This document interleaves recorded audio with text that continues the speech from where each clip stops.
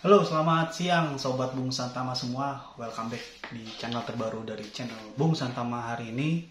Ya, hari Minggu tanggal 22 Juni 2024. Seperti biasa, gue mau mengupdate lagi tentang berita tim nasional yang tentunya pasti akan gue sampaikan kepada para subscriber dan juga para penikmat channel di Bung Santama. Ya, kabar terbaru dari tim nasional tentunya dimana kita mulai dari hasil pertandingan dulu ya, dimana pada kemarin adik-adik U16 berhasil meraih kemenangan 3-0 atas Singapura dalam matchday pertama Piala AFF atau Asian Champions Cup 2024 untuk kategori usia 16 tahun. Ya, satu performa yang cukup baik diperlihatkan oleh adik-adik U16, di mana meskipun mereka belum lama untuk bergabung, tapi dari sisi permainan cukup bisa dibilang baik ya. Mereka mampu menjalankan instruksi Coach Nova Haryanto dengan cukup baik. Dan hasilnya mereka mampu memenangkan pertandingan dengan skor 3-0. Dan ada satu momen uniknya di mana ternyata di timnas U16 ini sudah mulai kelihatan nih salah satu penerusnya Pratama Arhan, yaitu merupakan pemain atau center posisi back dari U16, yaitu Aska ya, kemarin memberikan assist melalui lemparan ke dalam kepada pemain timnas dan mampu mencetak gol melalui headingnya. Ya, tentunya secara keseluruhan pertandingan kemarin berjalan baik antara U16 melawan Singapura, dan tentu ini merupakan awal mula yang baik.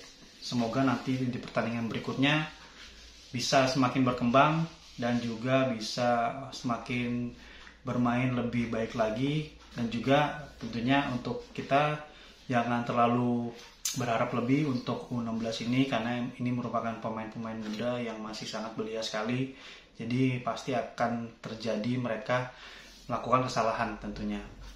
Oke, tadi sedikit tentang U16, kita lanjut tentang kabar di mana untuk round ketiga nanti kemungkinan akan kembali bermain di GBK ya. Sempat ada kabar bahwa bulan September nanti di match pertama dan kedua di putaran ketiga nanti kita akan bermain di Gelora Bung Tomo. Buat gue sih nggak masalah ya, karena biar ada variasi juga ya, biar tidak selalu main di GBK. Tapi memang kalau main di GBK itu tentu vibes-nya beda, tentu auranya beda ya, karena timnas kita memang identik ketika bermain home, yaitu mainnya di GBK. Tapi menurut Pak Erick Thohir, nanti di bulan Oktober sampai November kita akan, setelah mungkin nanti September kita main di Gelora Bung Tomo untuk 2 pertandingan tanggal 5 dan tanggal 10. Nah, kemungkinan di bulan Oktobernya nanti lanjutannya lagi di match ketiga sampai dengan November kita akan bermain di GBK lagi. Dan Erick Thohir menjamin bahwa nanti di round ketiga pada bulan Oktober kondisi rumput GBK akan lebih baik, akan bagus, dan kualitasnya akan sama dengan pertandingan Piala Eropa yang sekarang sedang bermain di Jerman ya. Ya, semoga saja itu benar-benar bisa terrealisasi, karena kita sangat mendambakan timnas bermain di GBK dengan kualitas rumput yang sangat baik ya. Tentunya ini kan juga akan membantu performa timnas kita juga, timnas senior ini. Apalagi nanti di round 3 lawan-lawan yang dihadapi merupakan lawan-lawan top-topnya level Asia. Jadi tentu dibutuhkan kualitas rumput, kualitas lapangan yang sangat baik. Karena gimana pun juga timnas kita kan bermain dengan teknik tinggi, bermain dengan passing bola-bola bawah, dan itu diperlukan kualitas rumput yang bagus. Jadi jangan sampai kita kemarin melihat kualitas rumput yang buruk ya pada saat pertandingan melawan Irak dan melawan Filipina. Semoga itu nggak terjadi lagi. Dan tentunya kita juga masih menunggu tentang undian round 3 nanti, belum ada kabar lagi. Semoga nanti di round 3 lawan-lawan yang kita hadapi bisa sesuai dengan, ya kita bisa mengimbangi lah ya. Benar apa yang dikatakan oleh Sintayong bahwa Sintayong menargetkan untuk round 3 ini bisa finish di posisi 3 atau 4 gitu. Artinya jika itu bisa direalisasikan tentu kita akan lanjut di round 4 gitu. Kenapa Sintayong bisa mengatakan seperti itu ya? Karena Sintayong tentu lebih realistis ya.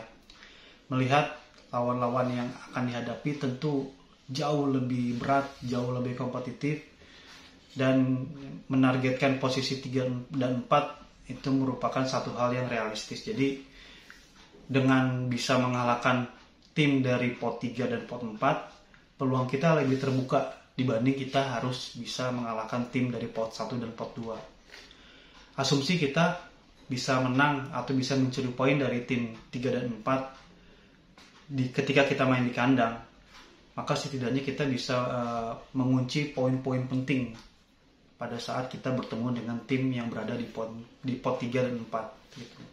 Tapi ketika kita bertemu dengan tim poin di pot 1 dan 2, maka peluangnya tidak begitu besar ya, bahkan cukup kecil gitu. Karena kita tahu di pot 1 dan pot 2 ada klub-klub yang sudah langganan bermain di Piala Dunia seperti Jepang, Korea Selatan, Arab Saudi, Iran gitu. Tim-tim tersebut kita bukannya pesimis nggak bisa menang, tapi kita mencoba untuk realistis gitu. Peluang tetap ada untuk kita bisa mengalahkan tim-tim di pot 1 dan pot 2. Tapi alangkah lebih eloknya, alangkah lebih bijaknya ketika kita lebih fokus terhadap tim-tim yang secara materi pemain, secara kualitas permainan, secara kualitas materi pemain yang ada, kita masih bisa ngimbangin, masih bisa memberikan perlawanan lah ketika kita bisa mengalahkan tim-tim di pot 3 dan pot 4. Itu tentu menjadi challenge juga untuk Sintayong ya.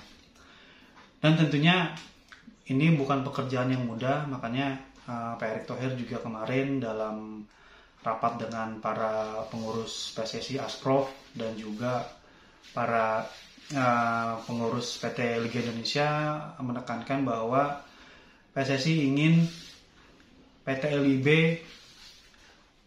menyiapkan agenda Liga 1, 2 sampai dengan 3 tahun ke depan agar bisa selaras dengan pertandingan-pertandingan timnas gitu. Jadi PSSI sudah melakukan pertemuan dengan para perwakilan Asprof dan semoga nanti untuk Liga 1, 2 bisa dimulai sesuai dengan kalender-kalender yang tidak mengganggu kalender timnas ya.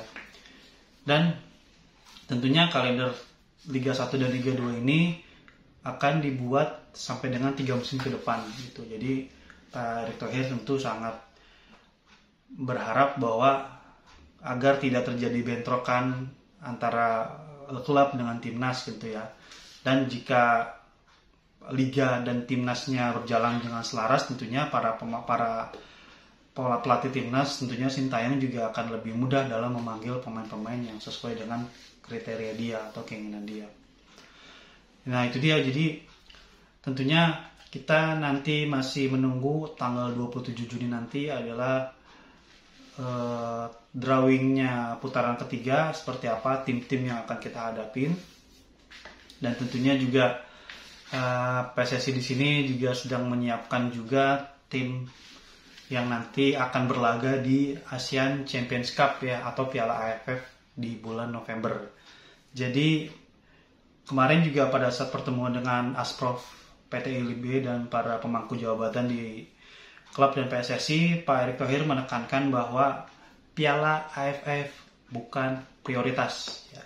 Sekali lagi gue katakan, menurut Pak Erick Thohir bahwa Piala AFF bukan prioritas. Jadi untuk Piala AFF nanti PSSI akan memprioritaskan pemain-pemain muda yang akan terjun nanti di Piala AFF, karena PSSI tidak mau jadwal timnas senior yang sedang berlaga nanti, karena kan pertandingannya akan berdekatan dengan pertandingan Piala AFF ya.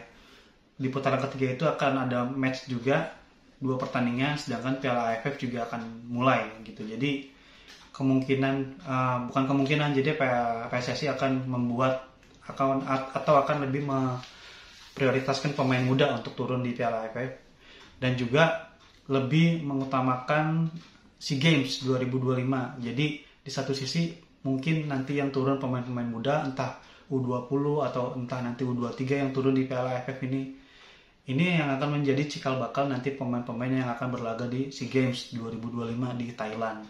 Tentunya sebagai juara bertahan, PSSI ingin timnas kita bisa mempertahankan gelar juara SEA Games ya. Itulah kenapa untuk event Piala AFF yang diturunkan adalah pemain muda, karena Piala AFF sendiri sebetulnya bisa dibilang bukan penting nggak penting ya, penting dalam sisi memberikan jam terbang kepada pemain muda, tapi tidak penting harus juara gitu. Jadi tetap Piala AFF akan dijadikan wadah untuk pemain-pemain muda mengambil jam terbang mereka, agar kelak nanti ketika mereka masuk ke timnas senior, mereka sudah siap secara mental tentunya. Ya, jadi tadi sedikit tentang update tim nasional. Tentunya kita akan tunggu, akan ada update terakhir tentang timnas seperti apa, dan dari pemain-pemain diaspora juga masih belum ada kabar terbaru, masih sebatas isu-isu pemain yang akan bergabung, tapi dari PSSI sendiri belum ada rilis tentang calon-calon pemain diaspora. Mungkin Pak Erick Thohir masih fokus untuk segera merampungkan atau memberikan secara resmi kontrak dulu ya dengan Sintayong ya, karena Sintayong sendiri kan belum menaikkan kontrak resminya ya. Kalau kabar terakhir kan memang diperpanjang, tapi untuk proposal atau draft kontrak Sintayongnya masih belum ada kabar terbaru ya. Kemungkinan sih menunggu Sintayong balik lagi karena sedang memeriksa kesehatannya gitu ya. Dalam artian sedang memulihkan kondisi fisik ya, karena kan 2 bulan terakhir Sintayong begitu padat jadwal bersama tim nasional.